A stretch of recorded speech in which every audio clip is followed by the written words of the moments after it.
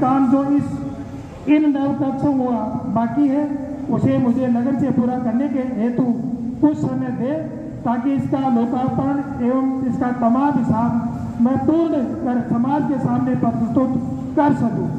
Trust प्रबंधन के तमाम रिकॉर्ड सुरक्षित है, हर साल ऑडिट होती है एवं जो भी मेरे कार्यकाल में बहुमूल्य चढ़ाया सोने चांदी का सामान आया सब पूरी तरह है सुरक्षित तरीके से सुरक्षित पड़ा है। जो भी मुझे यह रिकॉर्ड इत्यादि शुरुआत में मिला यो सब भी सुरक्षित है। जब मैं चुनाव संबंधी चर्चा की तरफ भी रुख करता हूँ, चुनाव हेतु समय चाहिए, चुनाव तैयारी में कम से कम 2 महीने चाहिए और फिर अब समाज के सामने धनतेरस दीपावली जैसे त्यौहार भी आ रहे हैं। हम सभी व्यापार में व्यस्त भी रहेंगे। इन्हें देखते हुए मैं नहीं चाहूँगा कि समाज का कोई भी सदस्य डिस्टर्ब हो। अतः माताजी के जन्मदिन वाले दिन की तिथि चुनाव हेतु उपयुक्त समझता हूँ, जिसकी घोषणा कैबिनेट की मंजूरी लेकर कर दूंगा। हर आदमी को इतने बड़े काम में सहायक की जरूरत महसूस होती है, पर मैं मेरा दुर्भाग्य है ही समझता हूँ कि साथ देने वाले कम ही रहे। शायद यह भी मैया की ही इच्छा होगी कि मुझे अपनी सेवा में तपा कर कुंदन बनाने के लिए मेरी व्यक्तिगत शिकायत किसी से भी नहीं हुई है। असंतुष्ट सदस्य अगर श्रेष्ठता के नियमों के अनुसार चलते तो उत्तम रहता। ट्रस्ट के कभी भी लिखित में कोई बात नहीं पूछी गई। मैंने 21 जुलाई की सभा बुलाई, किंतु कारण विशेष से उसे अंतराल के लिए कुछ आगे की और सभी समाज जन को सूचित भी किया। फिर भी कुछ सदस्य बिना ट्रस्ट की लिखित जानकारी के 21 जुलाई को सैकड़ों लोगों आकर मैया के धाम में जमावड़ा किया, गाली गलौज भी किया। माताजी का निर्वाण स्थल पर इस चबूतरे पर महिलाओं एक अधिक किन्नर शादी के दौरान अनैतिक शब्दों का भी मेरे ऊपर प्रयोग किया गया। मैं आप सभी से पूछना चाहूँगा, वो सब इस निर्वाण स्थल की गरिमा के अनुरूप था कि आप बिना अनुमति के गर्भ में लोग घुस गए थे?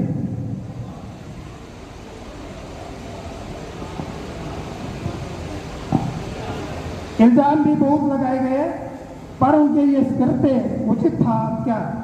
आप बताएं। हमें जानकारी मिली थी कि 21 जुलाई को लोग दर्शन के बजाय किसी अन्य उद्देश्य से धाम में आएंगे, तो क्या धाम की सुरक्षा का इंतजाम करना हमारे लिए गलत था? गर्भगृह, किचन, टॉयलेट, कमरों की सुरक्षा नहीं करनी की चाहिए थी क्या? अगर कुछ भी अप्रिय घटना घट जाती तो जवाबदेही किसकी होती थी? आप लोग भी कहते थे कि ट्रस्ट की सुरक्षा का इंतजाम क्यों नहीं किया गया, लेकिन बिना ट्रस्ट की मंजूरी के इतनी बड़ी भीड़ वो भी ट्रस्ट के विरुद्ध आई, फिर भी चौकन्ने रह गए, गालियां सुनी, आरोप सुने। यदि यह है कार्य ट्रस्ट को लिखित आवेदन देकर अनुमति लेकर किया जाता तो माता जी के भक्तों के लिए सब कुछ सदा की तरह ही उपलब्ध करवाया जाता था। सोचिए जरा, कैबिनेट अध्यक्ष कहाँ गलत है? 2 दिन पहले भी असुम सदस्यों द्वारा समाज का नाम लिखकर स्वतः ही चुनाव घोषित कर पोस्ट में गोपाल मंदिर में चिपकाए गए। क्या यह उचित था? ट्रस्ट के नाम का उपयोग उनके द्वारा प्रेषित पोस्टर में लेना क्या उचित है? बिना ट्रस्ट की अनुमति के रुद्राभिषेक यह भी क्या उचित है? हम उचित पूजन अभिषेक के लिए कभी भी मना नहीं करते। मैया के दरबार में होना भी जरूरी है, पर कार्य मर्यादित रूप से हो तो अच्छा लगता, कार्य की शोभा और निकल जाती। लेकिन आज तक मैं किसी ने इस कार्य के लिए मैं कोई भी सूचना कोई भी हमें नहीं बताया गया, न लिखित में हमें सूचना दी गई, लेकिन उन्होंने ट्रस्ट की अनुमति लेना उचित नहीं समझा। अगर अनुमति लेते तो ट्रस्ट अपनी तरफ से और सुविधाएं भी उपलब्ध करवाता जो बढ़ सकती थी। खैर कोई बात नहीं, हिसाब में कोई गड़बड़ी नहीं है। किसने काम किया और अगर उसके पास बैंक खाता नहीं है तो बैंक से सेल्फ चेक से रकम उठाकर देना गलत है क्या? बताइए। साथी तो सभी किनारा कर गए तो बैंक काम के लिए भी फिर घर परिवार के बच्चों को ही सेल्फ चेक दे करके रकम निकलवानी पड़ती थी ताकि बकाया बिलों का भुगतान किया जा सके। अब बताइए, ये कोई घमंड है क्या? बैंक में बैलेंस ना हो या अगर कोई तकनीकी दिक्कत हो और चेक के भुगतान करना हो तो भुगतान के साथ बचाने के लिए निजी रकम बैंक में जाकर देकर वापस लेना क्या घमंड है? बताइए। आप भी व्यापारी हो और व्यापार करते हो।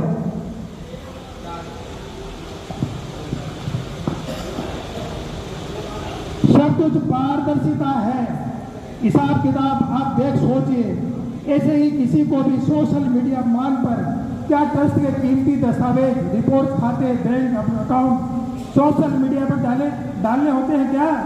यह आप भी जानते हो। बताइए आप इस मामले में क्या हमने क्या गलत कर दिया है? आप गलत सोशल मीडिया पर गलत बातें चल रही है, ये ट्रस्ट के लिए उपयोगी नहीं है, अच्छा नहीं है। ट्रस्ट का नाम का दुरुपयोग करते हुए समानांतर कैबिनेट की तरह जो करते हुआ वो क्या उचित सराहनीय था? बताइए आप। जबकि आगामी मीटिंग की तिथि भी अवगत कर दी गई थी। सर्व समाज का अभिनंदन करते हुए किसी भी हमने प्रतिवाद नहीं किया।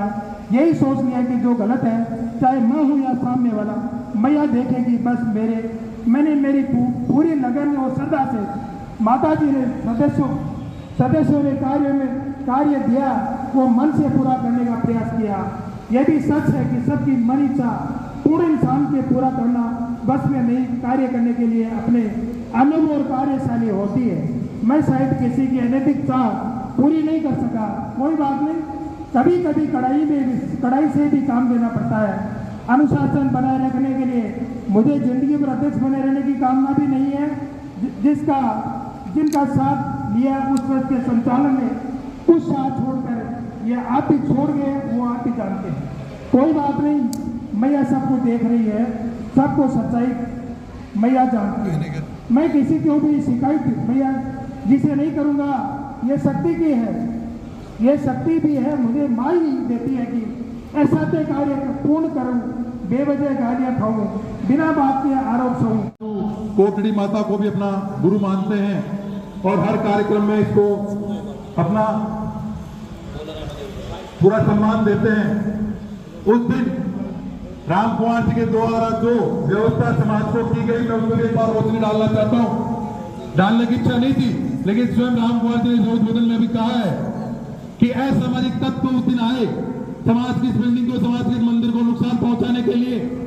क्या वो आने वाले समाज बंधु असामाजिक तत्व थे? वो महिलाएं सामाजिक तत्व थी? नहीं थे। इन्होंने लेटर पेड में लिख के डीएसपी को लोक थाने में ये रिपोर्ट दर्ज कराई हुई लेटर पेड में लिखित में है। अजी पली साहब ले रही है। हम उस चीज से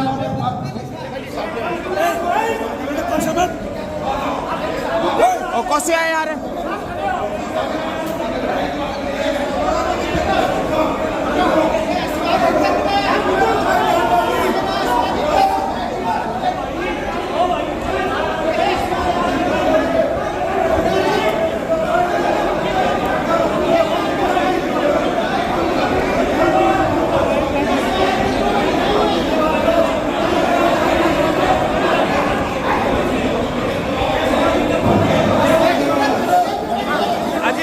दादागिरी कौन चल रहा है?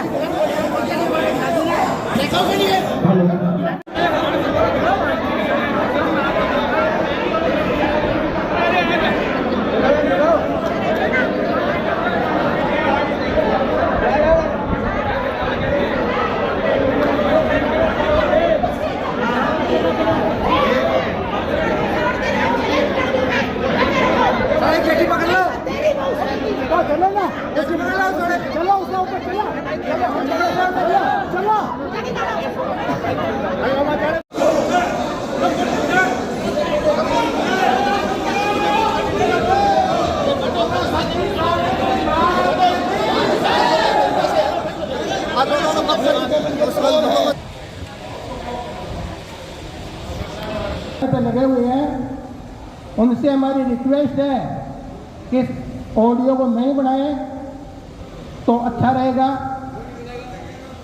नए ऑडियो बनाना यह उचित नहीं है।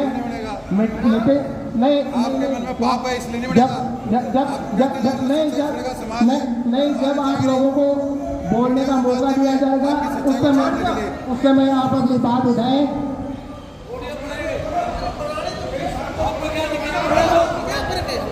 पढ़ाओ खूब पढ़ाओ।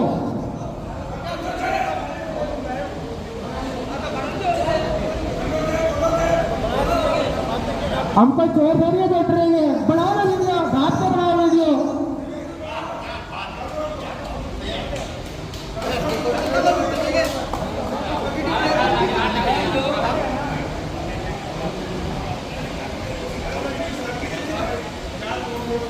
बोलो शबी कोटड़ी माता की जय। मैं संबोधित रामा कोषाध्यक्ष श्री सावित्री जन कल्याण ट्रस्ट कोटड़ी धाम में हुई इस बैठक में अध्यक्ष महोदय ने अपने कार्यकाल का ब्यौरा प्रस्तुत किया, साथ ही अन्य मुद्दों पर भी उन्होंने समाज को प्रकाश डाला।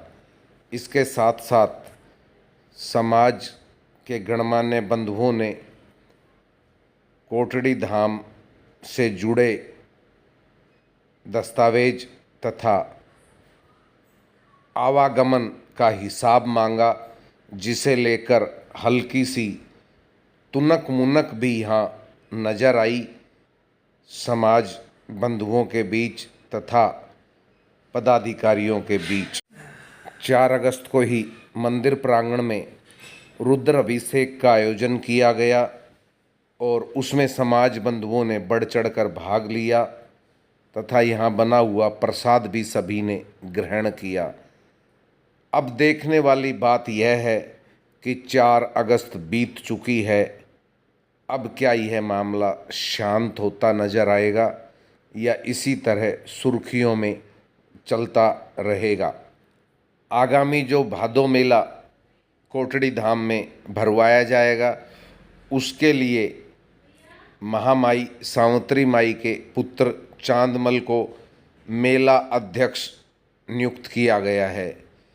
यह नियुक्ति ट्रस्ट की तरफ से एवं समाज की तरफ से की गई है। उनकी देखरेख में मेला भरेगा, वह मेले के अध्यक्ष होंगे। समाज के गणमान्य बंधुओं का मानना है तथा कहना है कि वर्तमान अध्यक्ष राम कुमार तोसावड़ जी के कार्यकाल में कोटड़ी धाम में हुए हैं रिकॉर्ड तोड़ विकास के कार्य।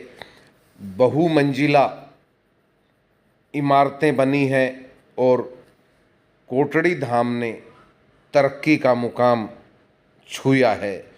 वहीं हल्के फुल्के विवादों के बीच में भी कोटड़ी धाम पिछले काफ़ी समय से चला आ रहा था। अब संभावना है कि शायद 4 अगस्त को हुई इस बैठक के बाद वो जो वाद विवाद चले आ रहे थे, ऐसी संभावना की जाती है कि शायद वो कुछ कम हो या ख़त्म हो। यही इच्छा भी है समाज की